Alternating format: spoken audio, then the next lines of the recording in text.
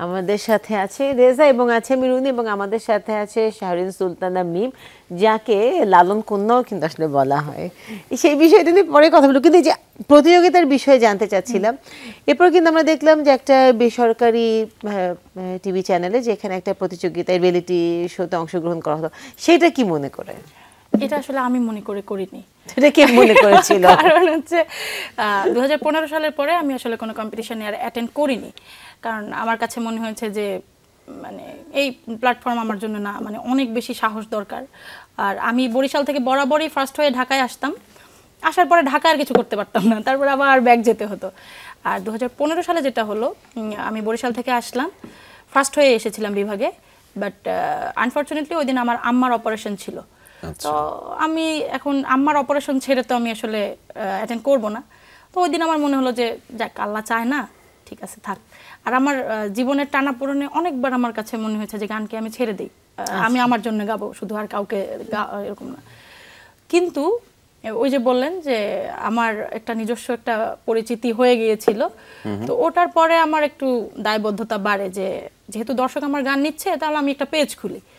ওই পেজের অ্যাডমিন যে ছিল, ওর কাছে তো আমার সব গান থাকে, তো ওই হচ্ছে আমার গান একটা পাঠিয়ে দিয়েছিল রেজিস্ট্রেশনের জন্য। এবং তারপরে আমার স্টুডিও অডিশনের জন্য ফোন যায়, এবং তার জন্য আমি ওকে প্রচুর পরিমাণে বকাঝকা করি যে কেন আমার কাছে না জিজ্ঞেস করে কেন দেওয়া হচ্ছে। ওর কি চাকরি ছিল না চাকরি গেছে? না, আছে, ও তো আমার ভাইয়ের মতো। আচ্ছা, তো ওর পরে ও আসলে গানটা পাঠায়, আমি পাঠাইনি। তবে প্রথম অডিশনে যখন আসি, স্টুডিও অডিশনে, তখনও কিন্তু আমি খেয়াল করলে দেখবেন যে আমি সবার সাথে আড্ডা দিচ্ছি, গান গাচ্ছি, মানে আমি তো টিকবো না, আমি এখানে কিছু বন্ধু বান্ধব পাবো, এটাই আমার বেনিফিট, এই ভেবেই আমার যাওয়া। তো পরে যখন ওখানে আমি প্রথম পারফর্ম করি এবং জাজেসরা সবাই স্ট্যান্ডিং ওভিয়েশন দেয়, তখন আসলে ওই যে নিজের সাথে কম্পিটিশনটা বেড়ে গেল যে এবার শেষ পর্যন্ত সেট আমারই হয়ে গেছে, এখন দেখতে হবে। এই আমরা আরেকটা গান শুনি। আমরা যদি চাই যে অডিশনে যে গানটা পাঠানো হয়েছিল সেটাও আমরা চাইলে। ওকে, তাহলে আমি একটু এটা বাদ দিয়েই গাই, কারণ আমি আসলে খুব বেশি বাজাতে পারি না। কোনো সমস্যা নেই।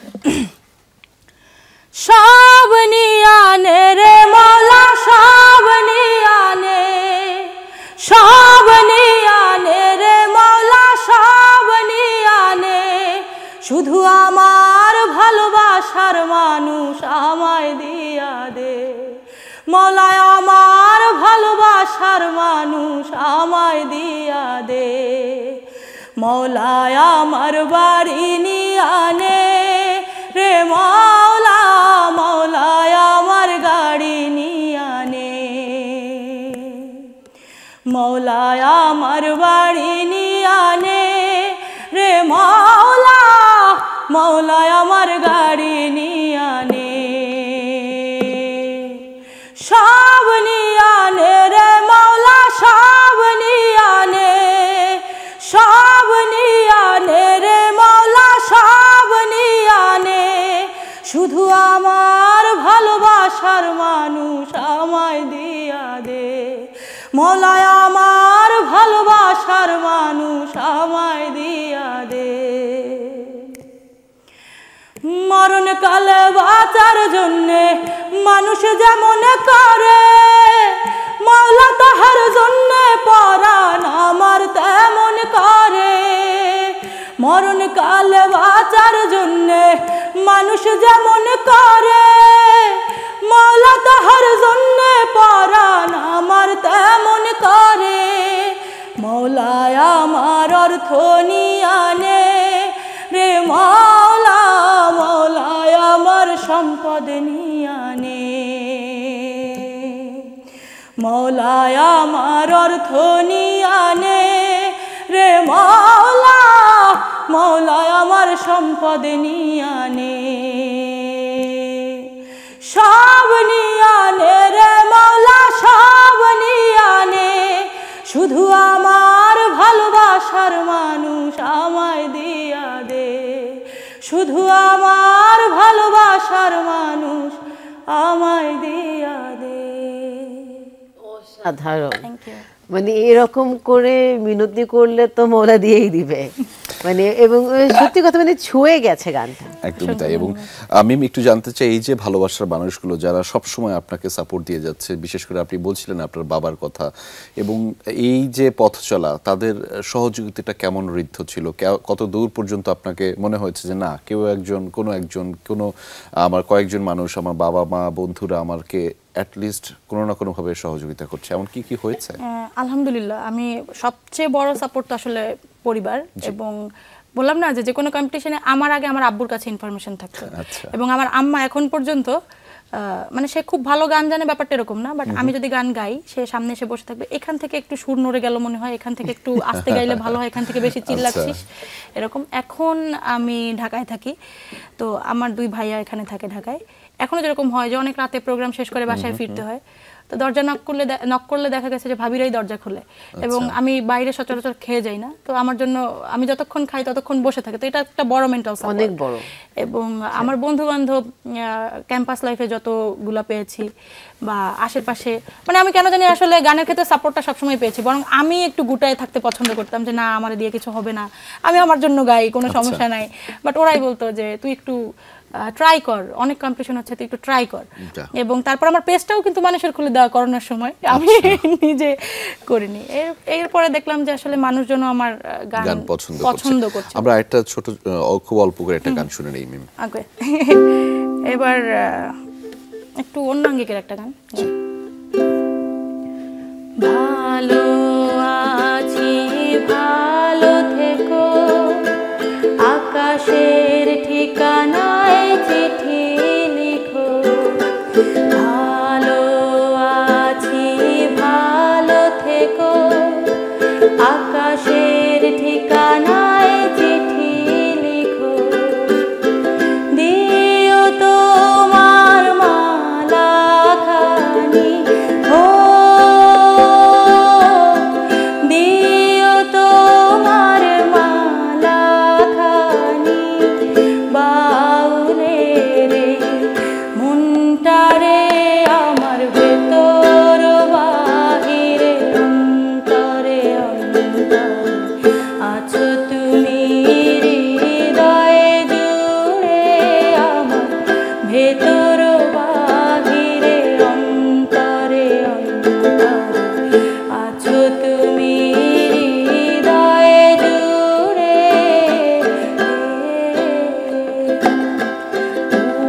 উষেরাতে যেমন ঝিনু, কলসের আবরণে মুক্তোর সুর।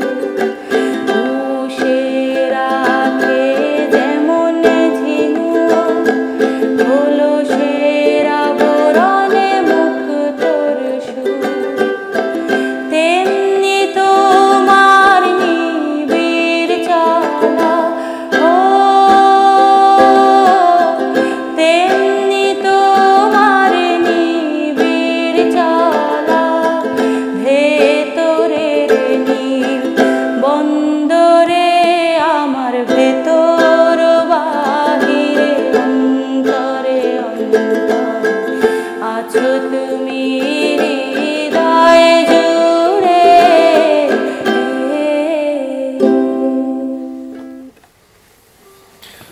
আমাদের হৃদয় জুড়ে এই সুরগুলো থাকুক অবিরতভাবে। তবে এখন হৃদয় জুড়ে যেই ব্যাপারটা থাকতে হবে সেটি হচ্ছে ছোট্ট একটা বিরতি। কোথাও যাবেন না, আমাদের সাথে থাকুন। ফিরছে এক্ষুনি। দর্শক, স্বাগত জানাচ্ছি আরো একবার সকালে বাংলাদেশের আয়োজনে। রেজা এবং রুনিয়া রয়েছে আপনাদের সাথে, এবং আমাদের সাথে আছে শাহরিন সুলতানা মিম, সঙ্গীত শিল্পী, লালন কন্যা, আমরা অনেক নামই আছে তিনি সমাদৃত। এই যে বন্ধুদের অনুপ্রেরণার কথা তো জানেন, এই বন্ধুদের সাথে আরেকটা ঘটনাও ঘটেছে যেটাও ভাইরাল হয়েছিল এবং বিশাল বড় একটা বিষয়। সেই ঘটনাটা আসলে কিভাবে হলো? আমার এক চোখে লালন কান্দে। ওই যে বললাম আমার সবকিছু খুব মানে স্পন্টেনিয়াসলি হয়ে যায়, কেমন জানে আমি এটাও কিন্তু আমি জানতাম না। এবং ওটার 1 সপ্তাহ আগে আমার 2টা ফোনই চুরি হয়ে যায়। আমি একটা ছোট ফোন চালাই, যে ফোনে 1-এর অধিক টেক্সট আসলে ফোন হ্যাং করতো। তো ওই দিন আমার খুব জ্বর, ফাইনাল ইয়ারের পরীক্ষা, আমি কিন্তু পরীক্ষার আগে খুব মানে সিরিয়াস হয়ে যাই যে আর কোনো কিছু না, শুধুমাত্র পড়তে হবে।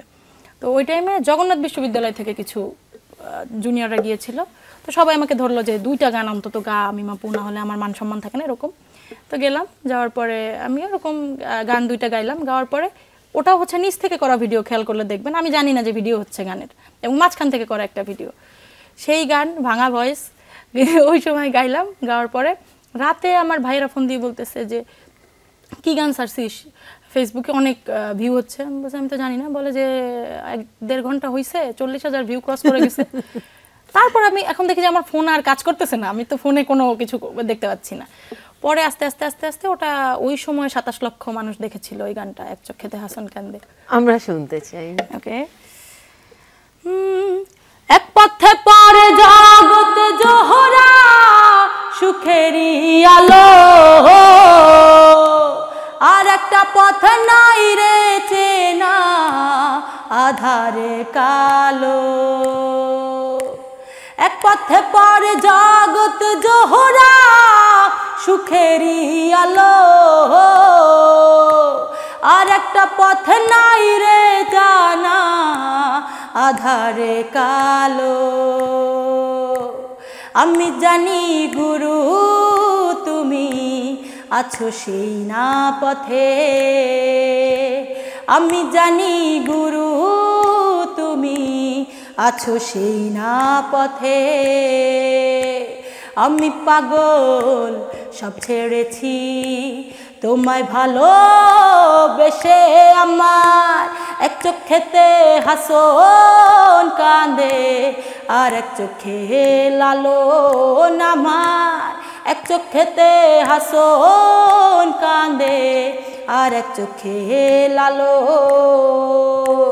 গুরু তোমার বিরহে জ্বলে আমার বুকে আগুন, আমার এক চোখেতে হাসন কাঁদে আর এক চোখে লালন।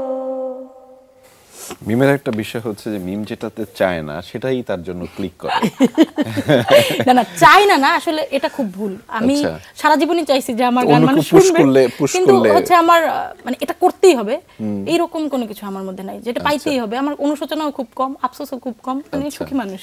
ওই সত্যি সুখী মানুষ। সেটা না, গান যখন সে গায়, যখন যে ধরনের মজা করে কিন্তু আসলে সে গাচ্ছে, যেটাকে পুরো দরদ দিয়ে গেতে হচ্ছে, এই গানটা সে এত মজা করে গেল, গানটা শুনতে এবং দেখতে আসলে ভালো লাগছে। তো আমরা যখন ভাইরাল নিয়ে কথা বলি তখন কিন্তু আমাদের মধ্যে একটা খুব নেগেটিভিটি কাজ করে, যে সোশ্যাল মিডিয়াতে মানে ভাইরাল হয়েছে, তার মধ্যে আসলে তার মানে শিল্পী সত্তায় আসলে তার নেই, এই বিষয়টা কেন? কিন্তু মানে এইটাকে আসলে আমরা ভাইরাল হওয়াটাকে পজিটিভলি কিভাবে আসলে ব্যবহার করতে পারি? এখন আমরা হচ্ছে কি আসলে ভাইরাল হওয়ার জন্য এহেন কাজ নাই যে আমরা করি না। হ্যাঁ, আর সবচেয়ে বড় ব্যাপার হচ্ছে ভাইরাল আর পপুলারিটি ব্যাপারটা এক না। হ্যাঁ, তো আজকাল তো প্রতিদিনই কেউ স্বেচ্ছায় ভাইরাল হচ্ছে, অনিচ্ছায় ভাইরাল হচ্ছে। তো ব্যাপারটা হচ্ছে আমাদের রুচির, যে আমরা কোনটা দেখব, আমরা কোনটা দেখব না।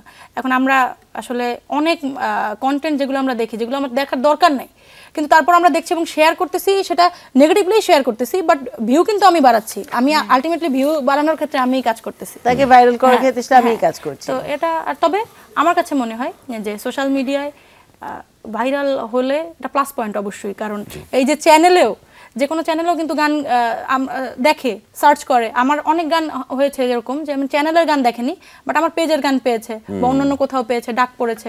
এবং অনেক শিল্পী আছে যারা এই সোশ্যাল মিডিয়াকে কাজে লাগিয়ে আর্নিং সোর্স করে ফেলেছে, মানুষের কাছে জায়গা করে নিয়েছে, স্টেবল হয়েছে।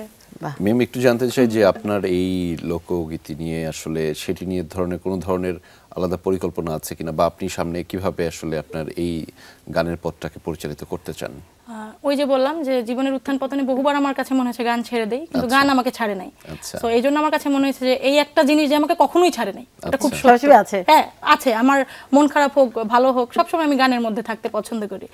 তো আমি গানটাকে ছাড়বো না, এটা হচ্ছে আমার একটা কমিটমেন্ট আমার কাছে। এবং ফোক গান নিয়ে আমি কাজ করতে চাই ইনশাল্লাহ। আমার কিছু পরিকল্পনা আছে, আরও সবচেয়ে একটা ডেজায়ার আছে, সেটা হচ্ছে যে আমি দেখেছি যে আমার কুষ্টিয়াতে দাদাবাড়ি, সেক্ষেত্রে আমি দেখেছি যে লালনের মেলা হয়, অনেক বড় করে মেলা হয়, শাহ আব্দুল করিমের মেলা হয়, কিন্তু অনেক অনেক সাধক আছে, মনীষী আছেন যাদের গান হারিয়ে যাচ্ছে, বা আমরা এখন আধুনিক করতে যে এত মানে ফিউশন করছি, এই জন্য গানের মৌলিকতা শেষ হয়ে যাচ্ছে। হ্যাঁ, মৌলিকতা শেষ হয়ে যাচ্ছে, এই জন্য এই গানগুলো নিয়ে আমার কাজ করার ইচ্ছা। আচ্ছা, তো আমার মনে হয় সেই ইচ্ছাটা তুমি ধরে রাখো, এবং আমাদের আসলে অনুষ্ঠানের শেষ পর্যায়ে দিকে তার আগে যদি আপনি দর্শকদের উদ্দেশ্যে কিছু বলতে চান এক দুই বাক্যে। ওকে, দর্শকদের সাথে বলার আগে আমি একটু যমুনা টেলিভিশনকে ধন্যবাদ আমাকে এখানে আমন্ত্রণ জানানোর জন্য। আর দর্শকদের বলবো যে যেভাবে আমাকে ভালোবেসেছেন, সাপোর্ট করেছেন, আপনাদের অনুপ্রেরণাতেই আসলে আমার পথ চলা, সেভাবে পাশে থাকবেন। অসংখ্য ধন্যবাদ। ধন্যবাদ শাহরিন সুলতানা মিম, আমাদের সাথে যুক্ত হওয়ার জন্য। আপনার মূল্যবান সময় আপনি আমাদেরকে দিয়েছেন এবং আপনার এই পথ চলা আরো বেশি ঋদ্ধ হোক, আরো বেশি সমৃদ্ধ হোক এবং আপনি দিন শেষে বাংলাদেশের এই সম্মানকে আরো অনেক দূর নিয়ে যান, সেই প্রত্যাশা আমাদের পক্ষ থেকে থাকলো। তো দর্শকদের কাছ থেকে বিদায় নিয়ে নিই, তারপর গান শুনতে শুনতে বাড়ি যাব। গান কিন্তু আমরা ছাড়ছি না মিমের কাছ থেকে, ফলে গানও একটু পরে শুনবো। তবে তার আগে দর্শক, আমরা আপনাদের কাছ থেকে বিদায় নিয়ে নিতে চাই। দর্শক, সকালের বাংলাদেশের আয়োজন মানে আপনাদের জন্য নানান পসরা এবং উপকরণ থাকে, শুরু থেকেই বলি। এবং শুক্রবারের আয়োজনটা একটু ভিন্ন থাকে। আমাদের সাথে একজন অতিথি থাকে যার সাথে গান গল্প আড্ডা হয়। আজকেও তার ব্যত্যয় ঘটছে না, তবে সবকিছুর ব্যত্যয় ঘটানোর জন্য আমরা কখনো যেন চেষ্টাও না করি।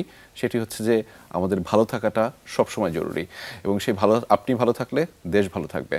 এবং আমরা জিতে গেলে জিতে যায় আসলে বাংলাদেশ। সেজন্য আমাদের ফোক গানের সাথে থাকুন, নিজের সংস্কৃতির সাথে থাকুন, নিজের শেকড়ের সাথে থাকুন, বাংলা গানের সাথে থাকুন, শাহরিন সুলতানা মিমদের সাথে থাকুন।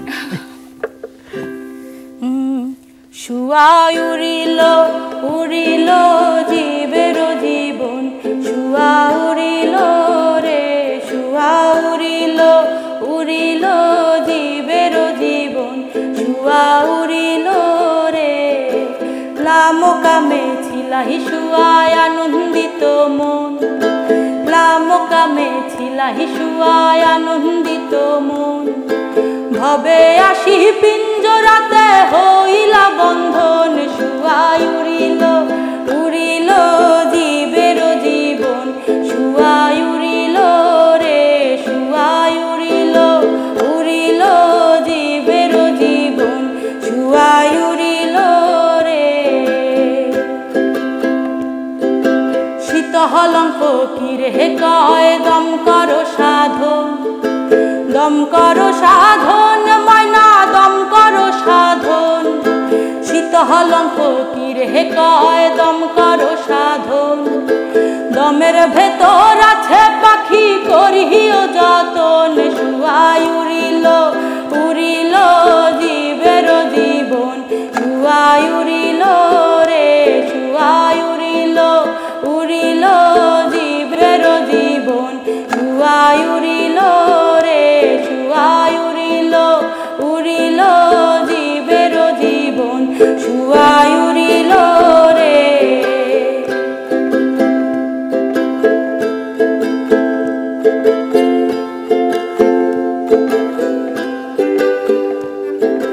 লামকামে ছিলাহি শুয়ায় আনন্দিত মন, লামকামে ছিলাহি শুয়ায় আনন্দিত মন।